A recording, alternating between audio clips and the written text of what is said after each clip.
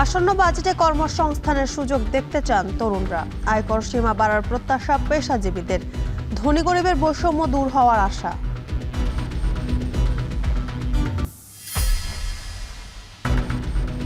দেশের বাজারে আবারও বাড়ল জ্বালানি তেলের দাম। ডিজেলের দাম অপরিবর্তিত রেখে অকটেন পেট্রোল কেরোসিনের দাম বাড়ল লিটারে 5 টাকা।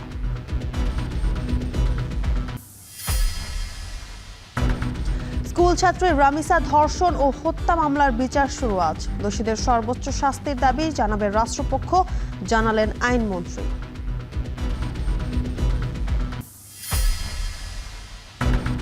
ঈদের ছুটি শেষে আজ খুলছে অফিস, আদালত, ব্যাংক। রাজধানীতে ফিরছে নগরবাসী। বাস, ট্রেন, লঞ্চে ঘরমুখো মানুষের ভিড়।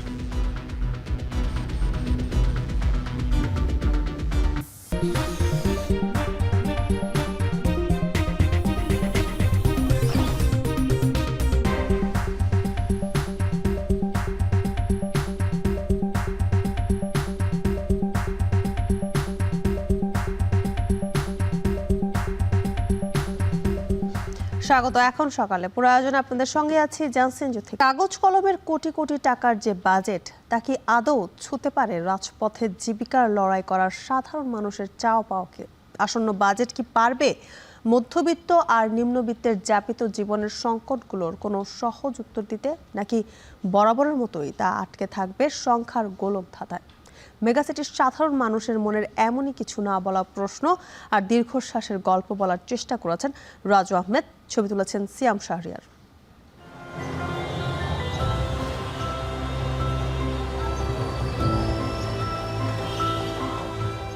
এই শহরে বিনামূল্যে শ্বাস নেওয়া যায়, তবে বুক ভরে তাজা বাতাস পাওয়া যায় না। এক গ্লাস পানিও মেলে না টাকা ছাড়া।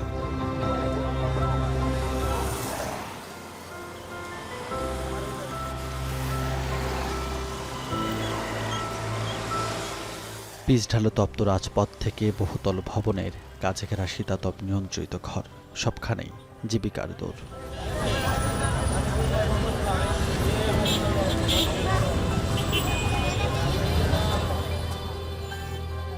জুন মাস এলেই এই মেগা সিটির বাতাসে ভেসে বেড়ায় একটা ভারী শব্দ, বাজেট।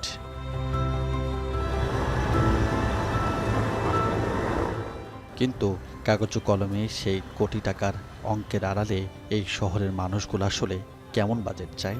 আসলে কি তাদের জীবনে বাজেট অর্থ বহন করে?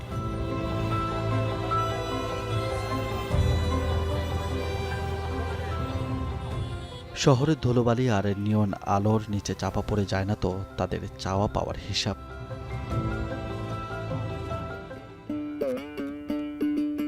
বাংলাদেশে আমরা সবাই বাস করি গরিবে ভাই, চাল ডাল মঙ্গা হলে খাইতে পারি না, অভাবের সংসার আমি কি করে চালাইতেও পারি না। বাউলের কণ্ঠের চাপা আর্তনাদ কি দেশের সাধারণ মানুষের কথা, নাকি মন করা কিছু গীতিকা?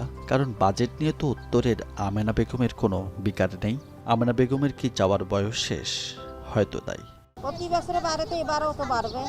1 কেজি কেরাসিন তেল বিলি যাই আমরা 150 টাকা, একটা গ্যাসের বোতলের দাম 2200 টাকা। চার দোকানও আপনার করি খাবার না পেয়ে পরি থাকে। আমরা বাজেট চাই এই চালের দামটা কমুক, তারপরে তেলের দামটা কমুক, জিলে আমগরে দরকারি জিনিস আমগরে খাইতে যা লাগে তয় তরকারি, মাছ, ঘুষ এটি কম হলে তো আমরা গরিব মানুষ চলতে পারি।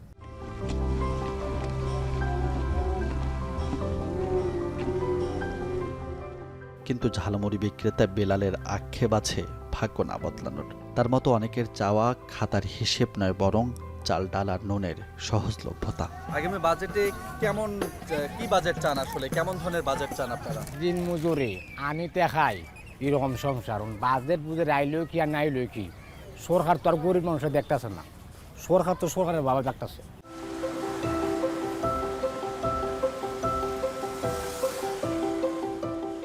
কথায় আছে ঢাকায় চাকা ঘুরলে শহর চলে, কিন্তু যাদের হাত ধরে শহর হাঁটে প্যাডেলের ঘূর্ণনে, যাদের জীবিকা, তারা কি চায়? আমাদের তো গরিবের তো আর কিছু লাভ নেই। গরিবের তো দ্রব্যমালের জিনিস উন্নত নাই, কম না, সব বাড়তে আছে দাম।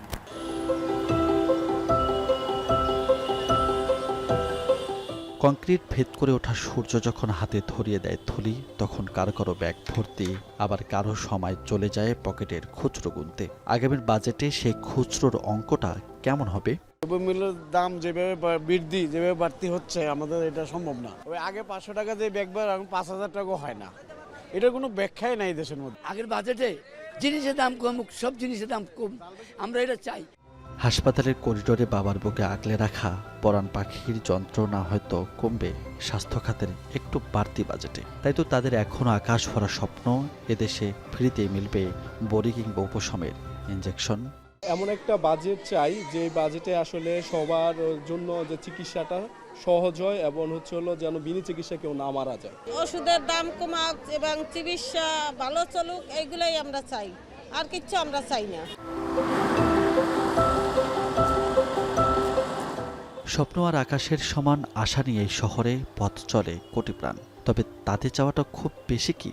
বই কিন্তু খরচ কম আর চা রুটির দাম নাগালে থাকলেও খুশি করা যায় তাদের। আর কর্মসংস্থানের চাওয়াটা তারা তোলা রাখে জুলাইয়ের মতো কোনো এক আন্দোলনের জন্য।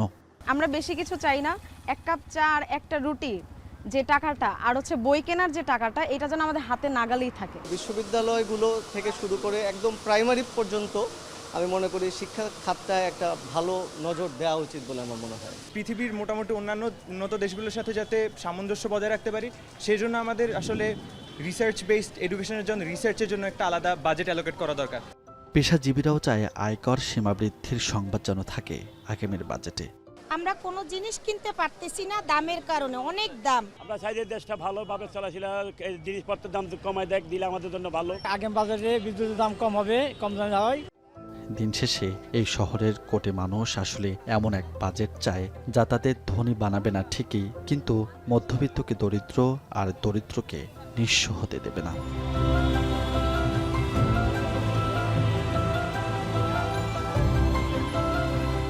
প্রশ্ন একটাই, আসন্ন বাজেট কি পারবে এই তৃষ্ণার্ত শহরের এক গ্লাস পানির দাম একটু কমাতে, নাকি বরাবরের মতো কাগজের অঙ্কে ঢাকা পড়ে যাবে শহরের এই অলিখিত দীর্ঘশ্বাস? 2 টাকা দিয়ে এক গ্লাস পানিও কিনা খাইতে হয়।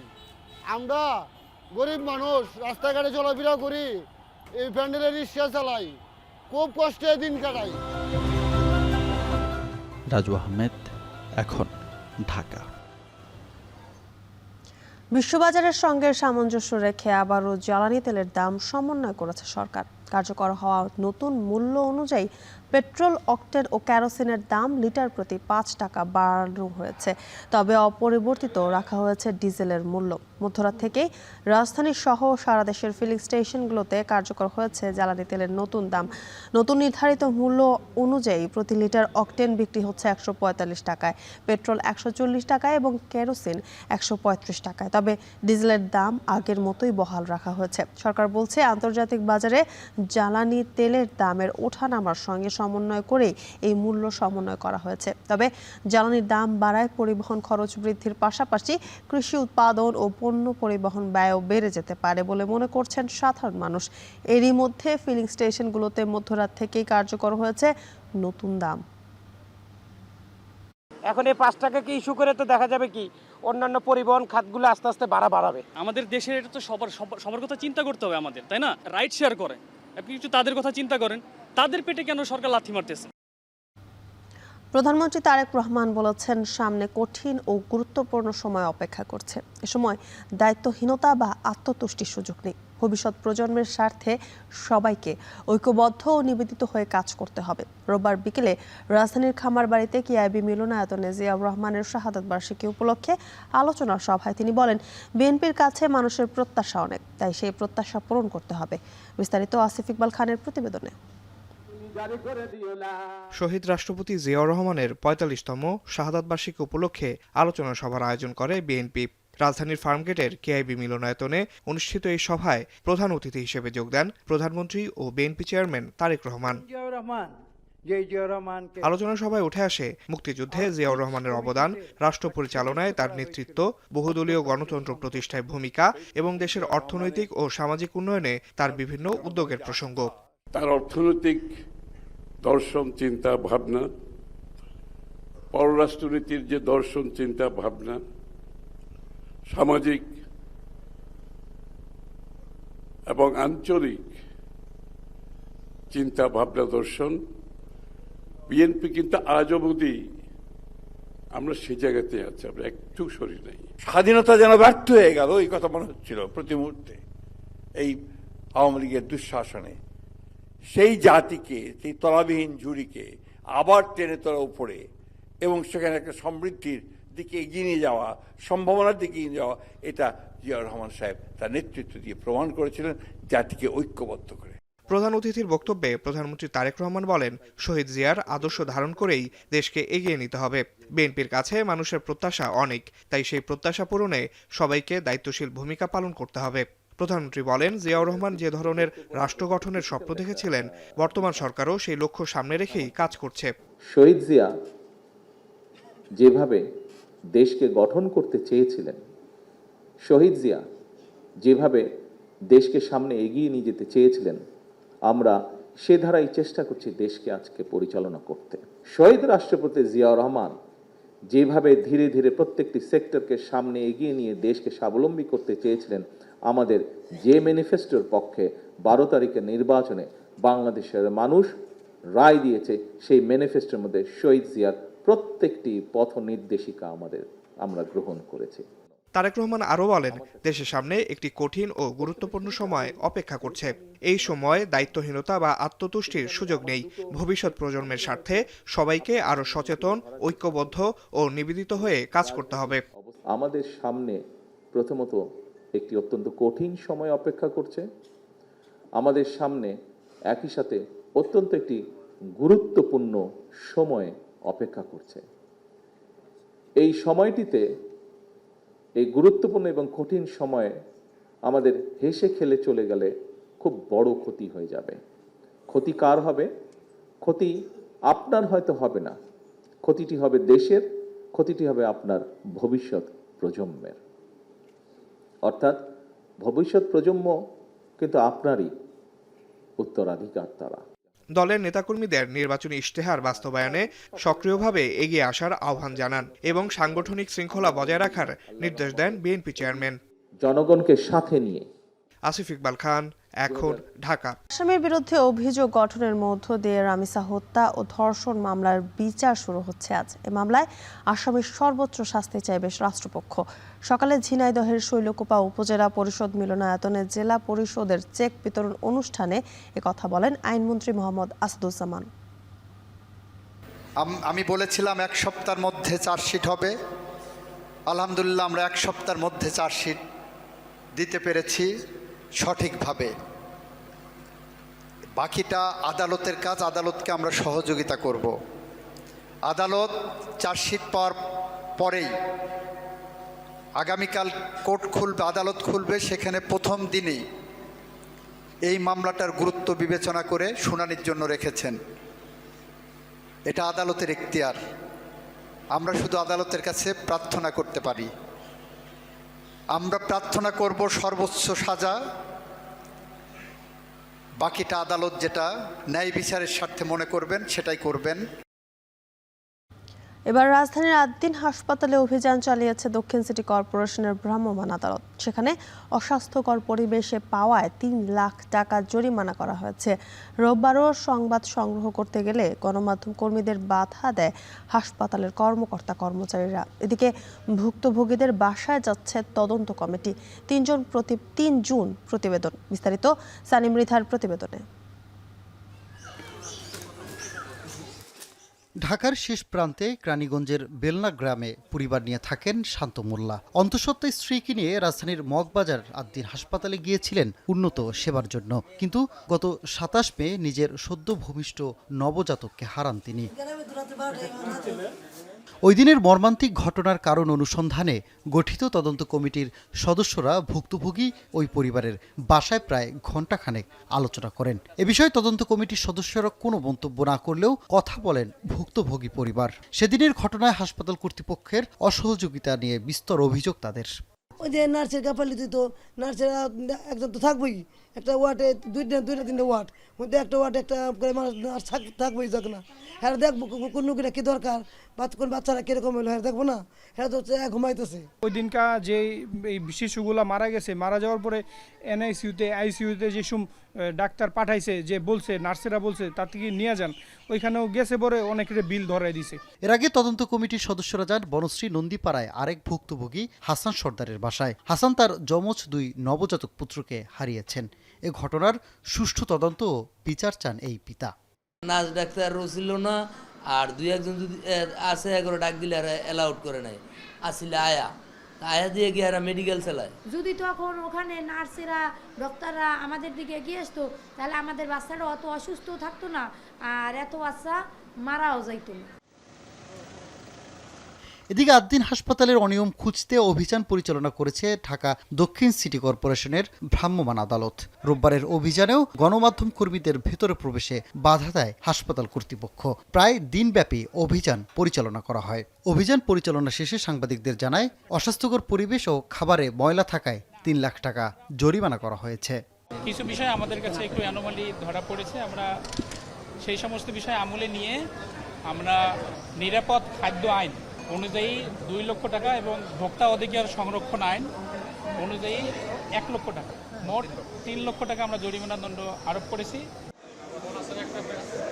শনিবার হাসপাতালটি পরিদর্শন করেন স্বাস্থ্যমন্ত্রী। সে সময় হাসপাতালে উপস্থিত সাংবাদিকদের সঙ্গে হাসপাতালের স্টাফদের সাথে হাতাহাতির ঘটনা ঘটে। এতে কয়েকজন সাংবাদিক আহত হন। 30 মে তদন্ত প্রতিবেদন জমা দেওয়ার কথা থাকলেও সময় বাড়িয়ে তা আগামী 3 জুন নির্ধারণ করা হয়েছে। তদন্ত কমিটির পাশাপাশি সিআইডির একটি ফরেনসিক দল তদন্ত করছে।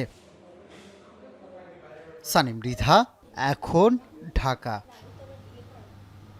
ঈদের ছুটি শেষে আজ খুলছে অফিস, আদালত, ব্যাংক। প্রিয়জনের সঙ্গে ঈদ উদযাপন শেষে কর্মস্থলে ফিরছে মানুষ। সেই খবর জানাতে জামালপুর রেলওয়ে স্টেশন থেকে যুক্ত হচ্ছেন সহকর্মী জুয়েল রানা। জুয়েল, সব ট্রেন কি সময় মতো ফিরছে কিনা এবং কি বলছেন যাত্রীরা?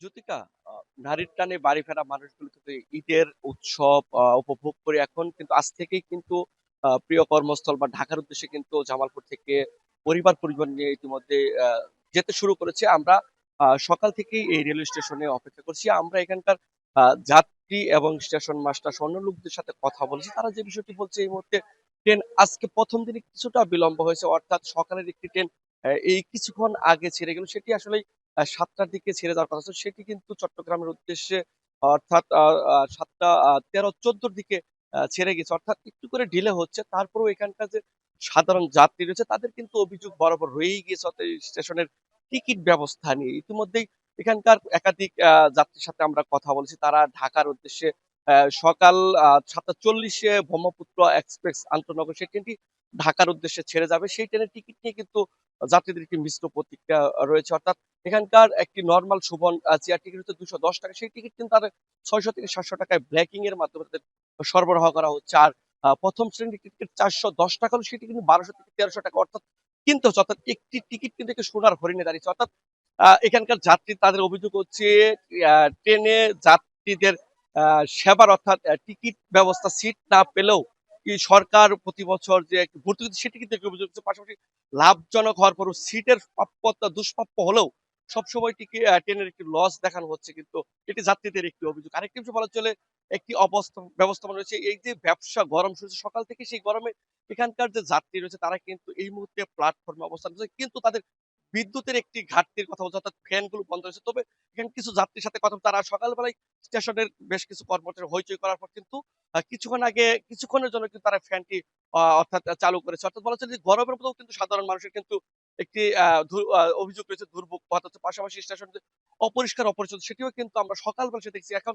কিছুটা মানে যাত্রীদের চাপের কারণে কিন্তু স্টেশন কর্তৃপক্ষ তারা কিন্তু পরিষ্কার পরিচ্ছন্ন কাজ শুরু করছে। আরেকটি বিষয় বলা চলে, বেলা যত গড়াবে বিকেলের দিকে আরো ট্রেন, একাধিক আন্তনগর ট্রেন, সেই ট্রেনেও কিন্তু যাত্রীদের চাপ আস্তে আস্তে বাড়বে। অর্থাৎ আমরা সকাল থেকেই এই স্টেশনে অবস্থান করছি। আমরা দেখেছি সকালে কিছুটা যাত্রী কমালো, এখন কিন্তু যাত্রী চাপ বেড়েই চলছে। এই ছিল আমার কাছে জামালপুর থেকে যাত্রীদের ঢাকায় ফেরার সবশেষ তথ্য। ঈদ শেষে ফিরতি যাত্রার খবর জানাতে যুক্ত ছিলেন জুয়েল রানা। রোববার দেশের ৮ জেলায় সড়ক দুর্ঘটনায় ১২ জনের মৃত্যু হয়েছে। এর মধ্যে নেত্রকোনায় অটোরিকশা বাস সংঘর্ষে মা ও ২ মেয়ে সহ ৩ জন নিহত হয়। সহকর্মীদের পাঠানো তথ্য ছবিতে বিস্তারিত প্রতিবেদনে। ঈদের ছুটি শেষে ঘরে ফিরছে মানুষ, তবে ফিরতি যাত্রায় দুর্ঘটনার কবলে পড়ে অনেককেই ফিরতে হচ্ছে লাশ হয়ে। রোববার দেশের ৮ জেলায় সড়ক দুর্ঘটনায় ১২ জনের মৃত্যু হয়েছে। নেত্রকোনা ময়মনসিংহ মহাসড়কের নতুন বাইপাস এলাকায় অটোরিকশা বাস সংঘর্ষে মা ও ২ মেয়ে সহ ৪ জন নিহত হন। সকালে জেলার চল্লিশা বাইপাস মোড়ে এই দুর্ঘটনা ঘটে।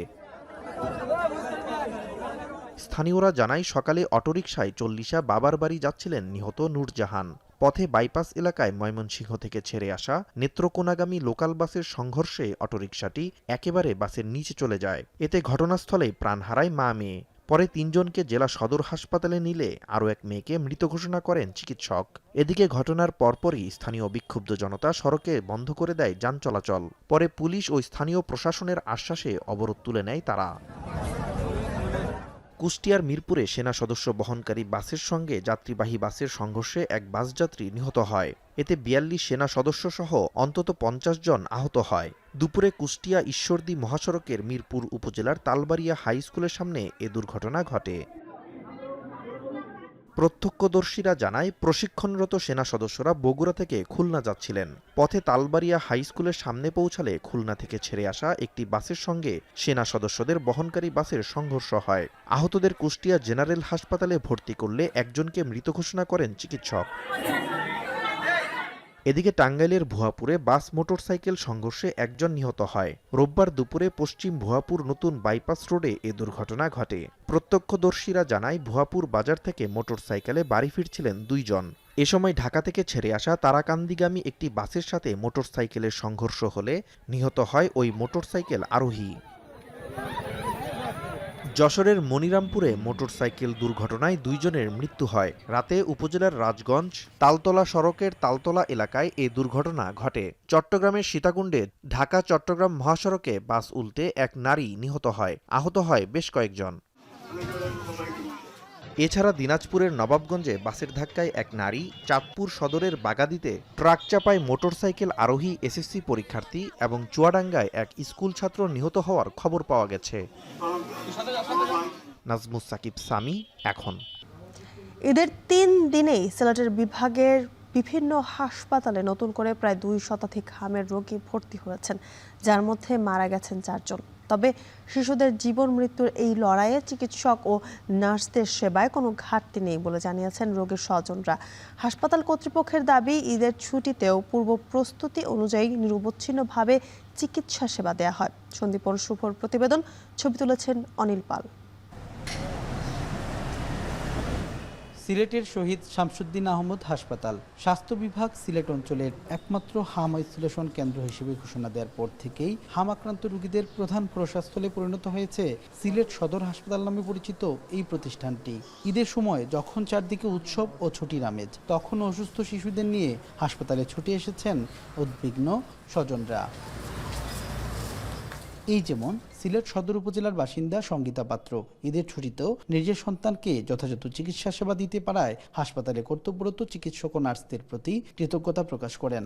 কাশি আসলো খুব বেশি, তার মাঝে হাম বাড়ে গেছিলো, এখন ইনা নাই, এখন বুঝে যায় মানে একটু কমছে, কোনো অসুবিধা হয়েছে না। তারা ডাক্তার আইসেন এবং নার্স তারাও সেবা পাইছে। ঈদের সময় ডাক্তারও আসিল, নার্সও আছে, সবাই আসিল, পাইছে সেবাটা ভালো আছে, আমি সুস্থ আছে। শুধু সঙ্গীতাই নন, বর্তমানে হাসপাতালে চিকিৎসাধীন প্রায় ৭০ জন রোগীর স্বজনরাও চিকিৎসা সেবার মান নিয়ে সন্তুষ্টির কথা জানিয়েছেন। ওনারা খুব প্রেশার নিচ্ছেন, কারণ রুগী খুব বেশি, ঈদের সিজন, সব ডাক্তার নাই, ওনার নার্সরা ছুটিতে, যারা আছে ওনারা খুব কষ্ট করতেছেন, দিনের রাতে খুব পরিশ্রম করতেছেন। আমার বাচ্চা সেবা পাইছে, আমার বাচ্চা যত্ন পাইছে, আমার বাচ্চা ফাঁকে ফাঁকে তারা গিয়া দেখছে, তারা করছে, আমরা খুব খুশি হয়েছি।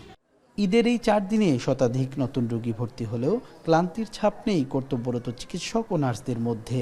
ছুটি উপভোগের সুযোগ ত্যাগ করে সংকটময় এই সময়ে স্বল্প জনবল নিয়েও পূর্ব প্রস্তুতি অনুযায়ী সর্বোচ্চ চিকিৎসা সেবা নিশ্চিত করার চেষ্টা চলছে বলে জানিয়েছেন তারা। এখন আমাদের যারা চিকিৎসক আছেন, নার্স আছেন, তারা পরিশ্রম করে যাচ্ছেন, কোনো অসুবিধা হচ্ছে না, কোনো সংকটও তৈরি হয়নি।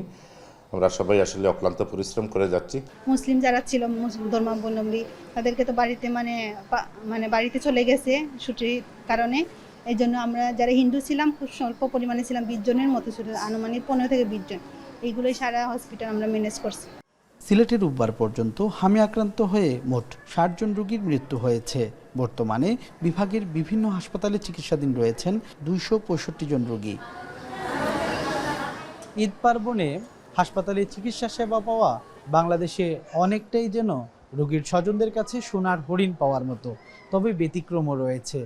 এই ভয়ঙ্কর হয়ে ওঠা হাম মোকাবেলায় সিলেটের ডাক্তার এবং নার্সরা আপ্রাণ চেষ্টা করছেন, এমনটাই মন্তব্য এখানকার সেবা নিতে আসা রোগীর স্বজনদের। এজন্যই এই ঈদ মৌসুমে তারা কিছুটা হলেও স্বস্তি পাচ্ছেন। সন্দীপন শুভ, এখন সিলেট। পর্যাপ্ত সরবরাহ থাকায় কুষ্টিয়ার বাজারে সব ধরনের শাকসবজির দাম কমেছে। আরও জানাতে কুষ্টিয়া থেকে যুক্ত হচ্ছেন মেজবাউদ্দিন পলাশ। পলাশ, কোরবানির ঈদের পর শাকসবজির চাহিদা কেমন দেখছেন, দরদাম কেমন জানাবেন?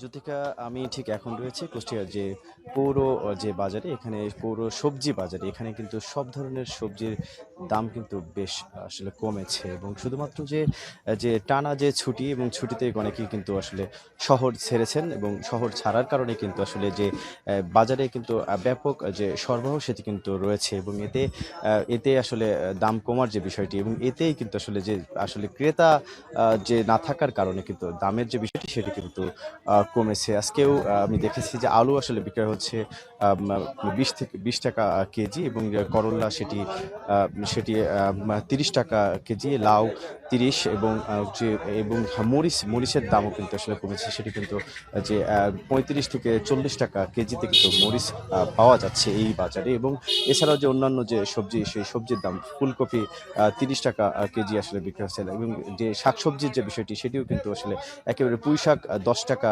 যে কেজি আসলে বিক্রয় হচ্ছে। লাল শাকেও কিন্তু দাম কমেছে, 10 থেকে 12 টাকার মধ্যে কিন্তু পাওয়া যাচ্ছে। এছাড়াও যে মিট কুমড়া যেটা আসলে সেটি কিন্তু আসলে সেটিও আসলে বিক্রয় হচ্ছে এক পিস কিন্তু আসলে সেটি 30 টাকা কেজি দরে বিক্রয় হচ্ছে, এবং সব ধরনের সবজির দামে কিন্তু আসলে কমেছে। এবং এই নিয়ে কিন্তু ব্যবসায়ী রয়েছেন, আমি কথা বলছি, তারা বলছেন যে শুধুমাত্র যে বাজারে কিন্তু সরবরাহ রয়েছে এবং ক্রেতাদের না থাকার যে বিষয়টি, এবং ক্রেতারা অনেকেই আসলে শহর ছাড়ার কারণে কিন্তু এই দামের কমে যাওয়ার যে বিষয়টি এটি কিন্তু রয়েছে। এবং এছাড়াও কিন্তু যারা চাষি রয়েছেন ঠিক এই বাজারে কিন্তু আসলে বিভিন্ন এলাকা থেকে, জেলার বিভিন্ন এলাকা থেকে চাষিরা কিন্তু এখানে এই সবজিগুলো কিন্তু ঠিক বিক্রয় করেন, ঠিক এই পাইকারি বাজারে কিন্তু বিক্রয় করেন।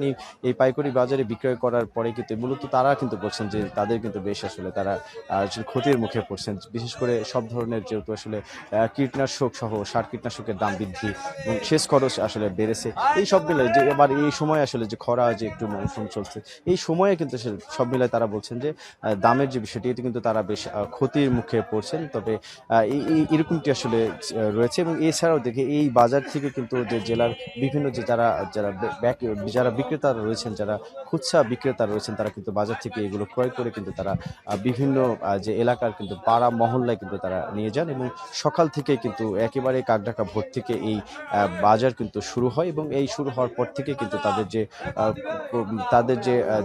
যে হাঁকডাক সেটি কিন্তু আসলে বেড়ে যায়। এছাড়াও যে একটু বলে রাখি যে এই সময়ে কিন্তু যে উৎপাদনের যে বিষয়টি সেটিও কিন্তু আসলে বাড়ার যে বিষয় সেটি কিন্তু আসলে রয়েছে। এই ছিল আমার কাছ থেকে কুষ্টিয়া থেকে জ্যোতিকা। কুষ্টিয়া থেকে সবজি বাজারের খবর জানাতে যুক্ত ছিলেন মেজবাউদ্দিন পলাশ।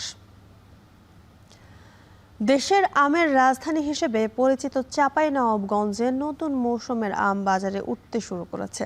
জেলার বিভিন্ন উপজেলার বাগান থেকে গোপাল ভোগ, খিরসা পাতকুটি সহ আগাম জাতের কাঁচা পাকা আম সংগ্রহ করে স্থানীয় বাজারে বিক্রি করছেন চাষিরা। মৌসুমের শুরুতে আম কেনা বেচা জমে উঠতে শুরু করেছে। বাগানগুলোতে দেখা দিয়েছে কর্মচাঞ্চল্য, আর কৃষক ও ব্যবসায়ীদের মুখে ফুটেছে স্বস্তির হাসি। তবে আমের ওজনে কিছুটা বেশি নিচ্ছেন আড়তদাররা। অন্যদিকে সব ধরনের সহায়তার আশ্বাস কৃষি বিভাগের। সোহান মাহমুদের পাঠানো তথ্য ও ছবিতে প্রতিবেদন। চাঁপাইনবাবগঞ্জে ইতিমধ্যে আম পাড়া শুরু হয়েছে। ভোর থেকেই শ্রমিকরা বাগানে গিয়ে আম সংগ্রহ করছেন। পরে সেগুলো বাছাই, প্যাকেটজাত ও পরিবহনের মাধ্যমে দেশের বিভিন্ন জেলায় পাঠানো হচ্ছে। জেলার শিবগঞ্জ উপজেলার আম চাষী শহীদুল ইসলাম ছোটবেলা থেকেই আম চাষের সঙ্গে জড়িত তিনি। চলতি মৌসুমে 40 বিঘা জমির বাগানে গাছে গাছে ধরেছে নানা জাতের আম। বিভিন্ন জাতের আম আছে, ন্যাংরা, খিস্টাপাত, আপনার ফজলি, আশিনে, গোরমতি, বাড়িফোর, সব রকমের আম আছে। তো দেখা আমের দাম তো ভালো আছে, কৃষক ভালো মানে লাভবান হবে। তো ইনশাআল্লাহ আমরা মনে করছি আল্লাহর রহমতে লাভবান হবো। ব্যবসায়ীরা বলছেন, মৌসুমের শুরুতে বাজারে আমের সরবরাহ কম থাকায় দাম তুলনামূলক বেশি রয়েছে। তবে আগামী কয়েক সপ্তাহের মধ্যে হিমসাগর, ল্যাংড়া, আম্রপালি, খিরসাপাত, ফজলি ও আরশিনা জাতের আম বাজারে আসতে শুরু করলে সরবরাহ বাড়বে এবং বাজার আরও প্রাণবন্ত হয়ে উঠবে। আমার আম আছে গুঠি, ন্যাংড়া, হিমসাগর, সব আমই আছে। 60 কেজিতে মন চাচ্ছে, এ কারণে আমাদের প্রচুর আকারের ঘাটতি আসছে। চাষিদের অভিযোগ, 40 কেজির পরিবর্তে জেলার বিভিন্ন বাজারে 54 থেকে 56 কেজি মন দরে আম ক্রয় করছেন আড়তদাররা। এতে ক্ষতির সম্মুখীন হচ্ছেন তারা। ওজনটা পাচ্ছি না, আমের দামও পাচ্ছি না ঠিক মতন। আমের ওজনটা হচ্ছে আপনার 50 থেকে 54, 60 কেজি তো মন লিছে। বর্তমানে কানসাট বাজারে আমগুলো বিক্রি হচ্ছে। আমগুলোর মন এখন 53 কেজিতে নিতেছে, যেটা আসলে অন্যায়। 53 কেজিতে মন লাভ ঠিক নাই, 40 কেজিতে মন লাভ ঠিক। এখন তারা অন্যায় করছে, এখন কিছু করার নাই। এদিকে আম চাষিদের সব ধরনের সহায়তার আশ্বাস দিয়েছে জেলার কৃষি বিভাগ। ঈদের ছুটি চলছে, ঈদের পরেই হয়তো খিরসাপাত সহ অন্যান্য আম নাম থাকবে। এবার এখন পর্যন্ত আমের যে অবস্থা ভালো আছে, যদি সামনে কোনো প্রাকৃতিক দুর্যোগ না হয় তাহলে ফলন ভালো হতে পারে। চলতি মৌসুমে চাঁপাইনবাবগঞ্জ জেলায় 37,000 হেক্টর জমির বাগানে আমের ফলন হয়েছে। লক্ষ্যমাত্রা নির্ধারণ করা হয়েছে 4,58,000 টন, যার বাজার মূল্য প্রায় 8,000 কোটি টাকা। এখন চাঁপাইনবাবগঞ্জ। অবশেষে পূর্ণাঙ্গ মন্ত্রিসভা গঠন করতে যাচ্ছে পশ্চিমবঙ্গের বিজেপি সরকার। লোকভবনে সোমবার 11টায় মন্ত্রী পদের শপথ নেবেন আরও 35 বিজেপি বিধায়ক। শপথ বাক্য পাঠ করাবেন রাজ্যপাল RN রবি। মুখ্যমন্ত্রী শুভেন্দু অধিকারী নিজে এই বিষয়টি নিশ্চিত করেছেন। এতে করে মুখ্যমন্ত্রী সহ বর্তমানে থাকা 6 সদস্যের মন্ত্রিসভায় আরও 35 জন যুক্ত হবেন। ফলে মন্ত্রিসভার মোট সদস্য সংখ্যা দাঁড়াবে 41 জনে। 4 মে তৃণমূলকে পরাজিত করে প্রথমবারের মতো বাংলায় ক্ষমতায় আসে বিজেপি। 9 মে প্রধানমন্ত্রী নরেন্দ্র মোদীর উপস্থিতিতে ব্রিগেড প্যারেড গ্রাউন্ডে মুখ্যমন্ত্রী পদে শপথ নেন শুভেন্দু। তার সঙ্গে আরও 5 মন্ত্রীও শপথ গ্রহণ করেন। সে সময় থেকেই শুভেন্দুর মন্ত্রিসভার সম্প্রসারণ নিয়ে জোর আলোচনা চলছিল। অবশেষে জুন মাসের প্রথম দিনেই সেই প্রক্রিয়া সম্পন্ন করতে চলেছে বিজেপি। মিয়ানমারের শান রাজ্যে বিদ্রোহী নিয়ন্ত্রিত গ্রামে ভয়াবহ এক বিস্ফোরণে নারী ও শিশু সহ অন্তত 55 জন নিহত হয়েছেন। রোববার চীন সীমান্তের কাছে কাওয়িং টাট গ্রামে এই প্রাণঘাতী ঘটনা ঘটে। নিহতদের মধ্যে পুরুষ 30 জন আর নারীর সংখ্যা 25। তবে প্রাণহানির সংখ্যা নিয়ে বিভিন্ন গণমাধ্যম ভিন্ন ভিন্ন তথ্য দিচ্ছে। বর্তমানে ওই এলাকাটি নিয়ন্ত্রণ করছে TNLA নামের একটি বিদ্রোহী গোষ্ঠী। জান্তা সরকার বিরোধী গোষ্ঠীটি জানিয়েছে, খনিতে পাথর উত্তোলনের কাজে ব্যবহৃত বিস্ফোরক থেকে এই দুর্ঘটনা ঘটে। বিস্ফোরণের পর ঘটনাস্থলে বিশাল গর্তের সৃষ্টি হয়েছে। ধসে গেছে চারপাশের বেশ কিছু ভবন। কয়েকশো ঘরবাড়ি ক্ষতিগ্রস্ত হওয়ায় পুরো এলাকাটি এখন জনশূন্য। বিদ্রোহ পরিচালনার জন্য মিয়ানমারের অনেক সশস্ত্র গোষ্ঠী মূল্যবান খনিজ সম্পদ উত্তোলনের ওপর নির্ভর করে। নিরাপত্তার অভাব ও শিথিল ব্যবস্থার কারণে খনিগুলোতে প্রায় ধরনের দুর্ঘটনা ঘটে।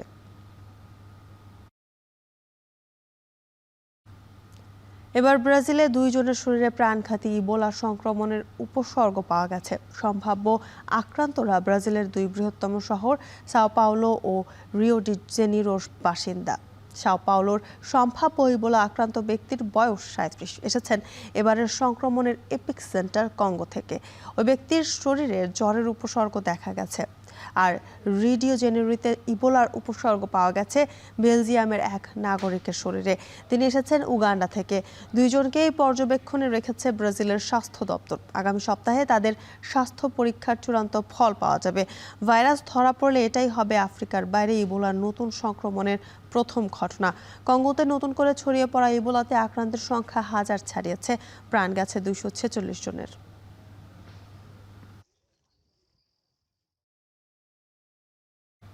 এই ছিল এখন সকালে। এখন টেলিভিশন ওয়েবসাইটে দেখতে ভিজিট করুন এখন.tv, এছাড়া ফেসবুকে দেখতে ভিজিট করুন facebook.com/tv.এখন এবং ইউটিউবে দেখতে ভিজিট করুন youtube.com/c/echontv।